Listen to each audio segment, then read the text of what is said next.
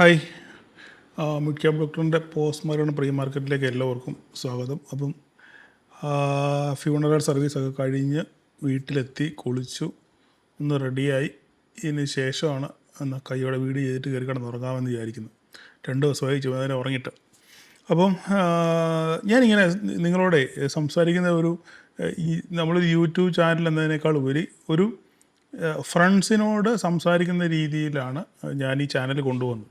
അപ്പോൾ നിങ്ങൾക്ക് എന്നെപ്പറ്റി ഏകദേശം ഒരു ഐഡിയ ഉണ്ട്, എൻ്റെ സ്വഭാവം, എൻ്റെ ഈ ചാനലിൻ്റെ പോക്ക്, നമ്മുടെ ട്രേഡിംഗ് സ്ട്രക്ചർ എല്ലാം നിങ്ങൾക്ക് എന്നെപ്പറ്റി ഒരു വ്യക്തമായ ഒരു ധാരണയുണ്ട് അല്ലേ, ഞാൻ എങ്ങനെയാണെന്നും ഏത് രീതിയിലാണ് നിങ്ങൾ ഇടപെടുന്നതൊക്കെ. അപ്പോൾ അതുകൊണ്ട് തന്നെ ആയിരിക്കണം നിങ്ങൾക്ക് എന്നെ പെട്ടെന്ന് മനസ്സിലാക്കാനും പറ്റുന്നുണ്ട് എന്നാണ് എൻ്റെ ഉത്തമ വിശ്വാസം. അപ്പോൾ ഇന്ന് ഞാൻ പറഞ്ഞു എനിക്ക് സാഹചര്യം വളരെ മോശമായിരിക്കും എന്ന് ഞാൻ പറഞ്ഞു, എങ്കിലും ആ സാഹചര്യത്തിൻ്റെ പരിമിതിക്കകത്ത് നിന്നും അറ്റ്ലീസ്റ്റ് എനിക്ക് ജസ്റ്റ് ഒന്ന് അപ്ഡേറ്റ് ചെയ്യാൻ പറ്റി. ഇടയ്ക്കും ഒരു അവസരം കിട്ടിയപ്പം ജസ്റ്റ് ഒരു അപ്ഡേഷൻ എനിക്ക് തരാനും പറ്റി. കാരണം ഒരു പക്ഷെങ്കിൽ എനിക്ക് വേണമെങ്കിൽ അത് ഇഗ്നോർ ചെയ്യാം, ഞാനെന്നും പറഞ്ഞ് ഇഗ്നോർ ചെയ്യാൻ പറ്റും. പക്ഷെങ്കിൽ ചിലപ്പം ഒരു വാക്ക് കൊണ്ട് അല്ലെ ഒരു ലൈൻ കൊണ്ടോ രക്ഷപ്പെടാൻ സാധ്യതയുള്ള ധാരാളം ആൾക്കാർ ഒരു പക്ഷെങ്കിൽ നമ്മളെ കേൾക്കുന്നുണ്ടായിരിക്കാം അല്ലേ. ചിലപ്പോൾ എന്തെങ്കിലും ജസ്റ്റ് ഒരു സ്പാർക്ക് മതി. ചിലപ്പം എൻ്റെ ഒരു മിനിറ്റ് ആയിരിക്കാം, ചിലപ്പം ഒരാൾക്ക് ചിലപ്പോൾ രക്ഷയായാലോ എന്ന് ഓർത്തിട്ടാണ് ഞാൻ അങ്ങനെ ഇച്ചിരി സ്ട്രഗിളാണെങ്കിലും അങ്ങനെ ഒരു അപ്ഡേഷന് മുതിർന്നത്. അപ്പോൾ തന്നെ പലരും എന്നെ കുറ്റപ്പെടുത്തി, സാർ എന്നാ പണിയായി കാണിക്കുന്നത്, ഇങ്ങനൊരു അവസ്ഥയിൽ സാർ ഇങ്ങനെ എന്തിനാണ് ഇതിനെപ്പറ്റി ചിന്തിക്കുന്നത്, ചെയ്യേണ്ടായല്ലോ എന്നൊക്കെ പറഞ്ഞു. ശരിയാണ്, നിങ്ങളുടെ നല്ല മനസ്സിന് നന്ദി.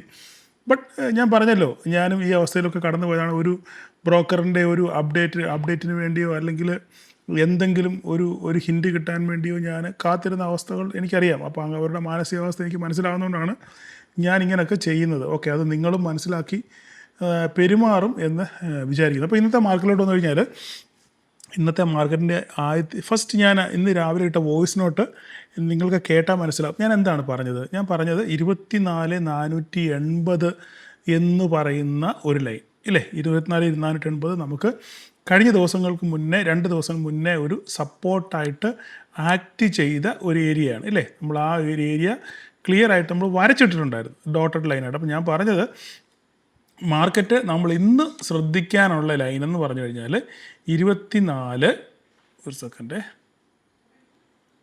ഞാൻ രാവിലെ പറഞ്ഞത് 24,480 അല്ലേ. 24,480 നമുക്ക് സപ്പോർട്ടായിട്ട് ഒരു സപ്പോർട്ട് ഏരിയ ആയിട്ട് വർത്തിക്കുമെങ്കിൽ മാത്രം നമുക്ക് അവിടുന്ന് മുകളിലോട്ടൊരു അപ്സൈഡ് കാണാം. അപ്പം അല്ലെങ്കിൽ താഴോട്ട് എന്നാണ് ഞാൻ വോയിസിൽ പറഞ്ഞത് അല്ലേ. അപ്പോൾ ഞാൻ പ്രത്യേകം പറഞ്ഞു 24,480 നമ്മുടെ തലവരയായിട്ട്, നമ്മളെ പഴയ ആൾക്കാർക്കൊക്കെ ആണെങ്കിൽ തലവര എന്നൊക്കെ പറഞ്ഞ വാക്കുകളുടെ അർത്ഥം പെട്ടെന്ന് മനസ്സിലാകും. അപ്പോൾ 24,480 തലവരയായിട്ട് ആക്ട് ചെയ്യാനുള്ള സാധ്യതയാണ്. നിങ്ങൾ ഈ ഒരൊറ്റ നമ്പർ മാത്രം നോക്കിയാൽ മതി. അതിന് താഴോട്ടോ മുകളിലോട്ടോ മാർക്കറ്റ് എങ്ങോട്ടാണ് പോകുന്നത് ആ വഴിക്കായിരിക്കും മാർക്കറ്റ് പോകുമെന്ന് പറഞ്ഞു.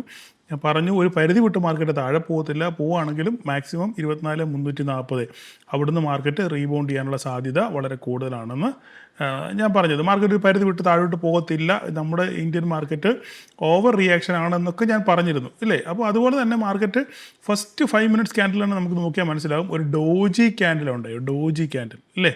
ആ ഡോജി ക്യാൻഡിൽ അതായത് അൺസർട്ടനിറ്റിയാണ്, മാർക്കറ്റിൽ എങ്ങോട്ട് പോകണമെന്ന് ഒരു കൺഫ്യൂസ്ഡ് സ്റ്റേജിലാണ്. അതാണ് ഡോജി സൂചിപ്പിക്കുന്നത്. മാർക്കറ്റിന് മുകളോട്ട് പോകണം താഴോട്ട് പോകണം, നാടൻ ഭാഷയിൽ പറയുകയാണെങ്കിൽ കയ്യാലപ്പുറത്തിരിക്കുന്ന തേങ്ങ പോലെയാണ് ഫസ്റ്റ് 5 മിനിറ്റ്സ് ക്യാൻഡിൽ നമുക്ക് കാണിച്ചു തന്നത്. മാർക്കറ്റിന് ഒരു അൺസർട്ടനിറ്റിയാണ്, മുകളോട്ട് പോകുമോ താഴോട്ട് പോകുമോ നമുക്കറിയത്തില്ല. സെക്കൻഡ് ക്യാൻഡിൽ നോക്കിക്കഴിഞ്ഞാൽ ഒരു റിജക്ഷനോടുകൂടെ മാർക്കറ്റ് ഒരു ഡൗൺ ട്രെൻഡാണ് നമുക്ക് കാണിച്ചു തന്നത്. അപ്പോൾ തന്നെ നമുക്ക് മാർക്കറ്റ് ഓപ്പൺ ചെയ്ത് എവിടെയാണ്, ഈ പറയുന്ന 480 താഴെ 469 എന്ന് പറയുന്ന ഒരു പോയിന്റാണ് മാർക്കറ്റ് ഇന്ന് ഓപ്പൺ ചെയ്തത്. അതിനുശേഷം മാർക്കറ്റ് ഒരിക്കൽ പോലും മുകളോട്ട് സസ്റ്റെയിൻ ചെയ്യാൻ ശ്രമിച്ചിട്ടില്ല. ഫസ്റ്റ് 5 മിനിറ്റ്സ് ക്യാൻഡിലിൽ വിക്ക് മേലോട്ട് പോയി കൃത്യമായി നമ്മൾ ഇന്നലെ വരച്ച ബോക്സിൽ തട്ടി തിരിച്ചു വന്നു എന്നല്ലാതെ മാർക്കറ്റ് മുകളോട്ട് പോകാനൊരു ശ്രമം പോലും മാർക്കറ്റ് എന്ത് ചെയ്തില്ല, നടത്തിയില്ല. മാർക്കറ്റ് അതിന് ശേഷം അവിടുന്ന് നല്ലൊരു ഫോൾ കിട്ടി. എനിക്കറിയത്തില്ല നിങ്ങൾ ആരൊക്കെ എങ്ങനെയൊക്കെയാണ് ട്രേഡ് ചെയ്യുന്നുള്ള കാര്യം എനിക്കറിയത്തില്ല. എനിവേ മാർക്കറ്റ് ഇവിടെ എത്തിയപ്പോൾ ഞാൻ എൻ്റെ കണ്ണിൽ പെട്ടപ്പം ഞാൻ അപ്പോൾ തന്നെ മെസ്സേജ് ഇട്ടു, ഈ ഏരിയ ക്രിട്ടിക്കൽ ഏരിയയാണ്, നിങ്ങളിവിടെ വാച്ച് ചെയ്യുക, സൂക്ഷിക്കണം എന്നൊക്കെ ഞാൻ പറഞ്ഞൊരു മെസ്സേജ് ഇട്ടിരുന്നു. അതിനുശേഷം മാർക്കറ്റ് ഇവിടുന്ന് തിരിച്ച് ഒരു അപ്സൈഡ് കിട്ടി. അപ്പം അത് ആ ഓപ്പർച്യൂണിറ്റി നിങ്ങൾ എത്ര പേര് ഉപയോഗിച്ചു എന്ന് എനിക്കറിയത്തില്ല. എന്തായാലും ഈ സൈഡിനുള്ള യാതൊരു ഓപ്പർച്യൂണിറ്റി മാർക്കറ്റ് ഒന്ന് കാണിച്ചു തന്നില്ല ഇല്ലേ. നമ്മൾ പറഞ്ഞ 24,480 മുകളിൽ ഒരിക്കലും മാർക്കറ്റ് സസ്റ്റെയിൻ ചെയ്യാൻ ഒരിക്കൽ പോലും ശ്രമിച്ചില്ല, ഒന്ന് ശ്രമിച്ചു പോലുമില്ല. മാർക്കറ്റ് മുഴുവൻ ഡൗൺ ട്രെൻഡിലായിരുന്നു. അതിനുശേഷം മാർക്കറ്റ് ഒരു കൺസോൾട്ടേഷൻ മോഡിലോട്ട് പോയി. ഇതാണ് ഇന്ന് സംഭവിച്ച കാര്യം. നിങ്ങൾ ഇന്ന് ചെയ്ത ട്രേഡുകളെ പറ്റി നിങ്ങൾ ജസ്റ്റ് ഒന്ന് കമൻറ്റ് ചെയ്യാൻ ശ്രമിക്കുക. അപ്പോൾ ഇപ്പം നമ്മൾ മാർക്കറ്റ് നോക്കുകയാണെന്നുണ്ടെങ്കിൽ ഇപ്പോഴും എൻ്റെ ഒരു കാഴ്ചപ്പാടിൽ ഞാൻ പറയുന്നത് നമ്മുടെ ഇന്ത്യൻ മാർക്കറ്റ് ഓവർ റിയാക്ട് ചെയ്യുന്നു എന്ന് തന്നെയാണ് ഞാൻ പറയുന്നത്. കാരണം രാവിലത്തെ മാർക്കറ്റ് നോക്കുകയാണെങ്കിൽ US ഫ്യൂച്ചറൊക്കെ നല്ല ഗ്രീനിലായിരുന്നു.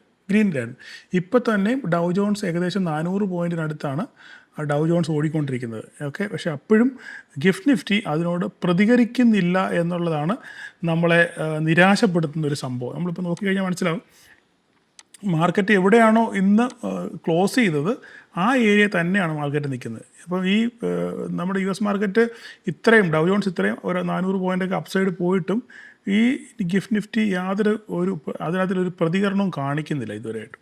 ഇനിയിപ്പോൾ നാളെ രാവിലെ എല്ലാവരും സർപ്രൈസ് ചെയ്തുകൊണ്ട് രാവിലെ ഗ്യാപ്പ് തരാനാണ് അവിടെ എന്ന കാര്യം നമുക്കറിയത്തില്ല.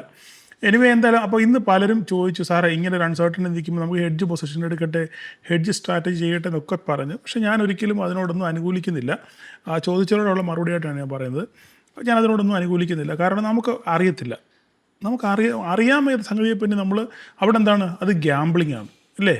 ഉത്സവപ്പറമ്പിൽ ഞാൻ എപ്പോഴും പറഞ്ഞ പോലെ ഉത്സവപ്പറമ്പിലെ കുലുക്ക് കുത്തുകളിയാണ് ആ പരിപാടി. കാരണം നമുക്കൊരു കൺഫേംഡ് ഇവൻറ്റ് നമുക്കില്ല, അത് എന്താണെന്നുള്ളൊരു കൺഫർമേഷൻ ഇല്ല. സീസ്ഫയർ പിന്നെ എക്സ്റ്റെൻഡ് ചെയ്തു എന്ന് മാത്രമേ പറഞ്ഞിട്ടുള്ളൂ. അത് എന്ന് വരെയാണെന്നുള്ള കാര്യം ട്രംപ് ഇതുവരെയായിട്ടും പറഞ്ഞിട്ടില്ല. അപ്പോൾ അങ്ങനെ ഒരു കൺഫർമേഷൻ ഇല്ലാത്ത കാര്യം നമ്മൾ ചുമ്മാ അത് വെറുതെ ഹെഡ് എടുത്തിട്ട് വെറുതെ നഷ്ടം വരാനുള്ള സാധ്യത വളരെ കൂടുതലുള്ളൂ. പിന്നെ നിർഭാഗ്യവശാൽ അല്ലെങ്കിൽ ഭാഗ്യത്തിന് ചിലപ്പോൾ അപ്സൈഡ് ഒരു ഗ്യാപ്പോ ഗ്യാപ്പ് ഡൗണോ വന്നു കഴിഞ്ഞാൽ ചിലപ്പോൾ നിങ്ങൾക്ക് ഗുണമാണ്. പക്ഷേ അതൊക്കെ ഭാഗ്യപരീക്ഷണമാണ്, നമുക്ക് ഒരു കൺഫർമേഷൻ ഇല്ല. അപ്പോൾ അതുകൊണ്ട് അതിനോട് ഞാൻ യോജിക്കുന്നില്ല. അപ്പോൾ ഇനി എന്തായാലും നാളെ മാർക്കറ്റിൽ എന്താ സംഭവിക്കാൻ പോകുന്നത് വെച്ചാൽ ഞാൻ പറയില്ല, ന്യൂസുകളാണ് നാളെയും മാർക്കറ്റിനെ മുന്നോട്ട് നയിക്കാൻ പോകുന്നുള്ള കാര്യത്തിൽ യാതൊരു തർക്കവും. അപ്പോൾ ഇപ്പോഴും ഞാൻ പറയുന്ന കാര്യം നാളെ ഇനിയിപ്പോൾ ഈ ലൈനില്ല. ഓക്കെ, നാളെയും ഈ പറയുന്ന പോലെ തന്നെ ഇതൊരു റേഞ്ചാണ്. മാർക്കറ്റ് ഇന്നും ഒരു റേഞ്ച് അല്ല ഒരു ബോക്സ് ക്രിയേറ്റ് ചെയ്തു ഇല്ലേ. ഇവിടെ നോക്കുകയാണെന്നുണ്ടെങ്കിൽ ഇവിടെ മാർക്കറ്റ് ഇന്നും ഒരു ബോക്സ് ക്രിയേറ്റ് ചെയ്തു ഇല്ലേ. ഇവിടെ ഒരു ക്രിയേറ്റ് ചുമ്മാ നാട്ടിൽ നെടുതികളെ ഞാൻ ബോക്സ് വരച്ചിട്ടുള്ള കാര്യമുണ്ടോ, അതുകൊണ്ടാണ് ഞാൻ വരയ്ക്കാത്തത്. വേണം നിങ്ങൾക്ക് വരച്ചിടാം, ഇതൊരു ബോക്സായിട്ട് വേണേൽ വരച്ചിടാം. അപ്പോൾ നാളെ മാർക്കറ്റ് ഇതിനകത്ത് ഫ്ലാറ്റ് ഓപ്പണിംഗ് ആണെന്നുണ്ടെങ്കിൽ നിങ്ങൾ ഒരു കാരണവശാലും ട്രേഡ് ചെയ്യരുത്. ഇതിനകത്ത് ഈ 480-നും 340-നും ഇടയ്ക്കാണ് മാർക്കറ്റ് ഓപ്പൺ ചെയ്യുന്നതെങ്കിൽ ഒരു കാരണവശാലും നിങ്ങൾക്ക് അവിടെ ട്രേഡ് ഇല്ല, no trading zone. Okay, market എവിടെ വരണം, ഒന്നുകിൽ 340 വന്ന് സപ്പോർട്ട് എടുക്കണം, ഇല്ലെങ്കിൽ ഈ 480 എന്ത് സംഭവിക്കുന്നു, മേലോട്ട് പോയി 480 ബ്രേക്ക് ചെയ്ത് മുകളിലോട്ട് പോകുന്നു, അത് അവിടെ തട്ടി തിരിച്ച് വരുന്നുണ്ടെന്ന് നോക്കുക. അപ്പോഴും നമ്മുടെ ഈ ബോക്സ് ആക്റ്റീവ് ആയിരിക്കും. ഈ ബോക്സിനകത്ത് കയറുവാണെന്നുണ്ടെങ്കിൽ പിന്നെ അതിനകത്തായിരിക്കും പിന്നെ കുടിയും കിടക്കാൻ പോകുന്നത്. ഓക്കെ, അപ്പോൾ ഇത് മാത്രം നിങ്ങൾ നാളെ ശ്രദ്ധിക്കുക. ഓക്കെ, ഇതിനകത്ത് നോ ട്രേഡിംഗ് സോണാണ്, ഞാൻ വീണ്ടും പറയുന്നു, ഇതിനകത്ത് നോ ട്രേഡിംഗ് സോണാണ്. ഇവിടെ ട്രേഡില്ല. ഏതെങ്കിലും കാരണവശാലും ഒന്നുകിൽ 340 സപ്പോർട്ട് എടുക്കണം, അവിടെ എന്ത് സംഭവിക്കുമെന്ന് നോക്കുക. അല്ലാതെ ബ്രേക്ക് ചെയ്ത് താഴെ പോവുകയാണെങ്കിൽ അടുത്ത കൂട്ടി കയറുന്നുണ്ടോ നോക്കുക, ഇല്ലെങ്കിൽ മുകളിലോട്ട് പോയി കഴിഞ്ഞാൽ ഈ 480 എന്ത് സംഭവിക്കുമെന്ന് നോക്കുക. അവിടെ തട്ടിത്തിരിച്ച് തരുമോ, അവിടുന്ന് ബ്രേക്ക് ചെയ്ത് പോവോ.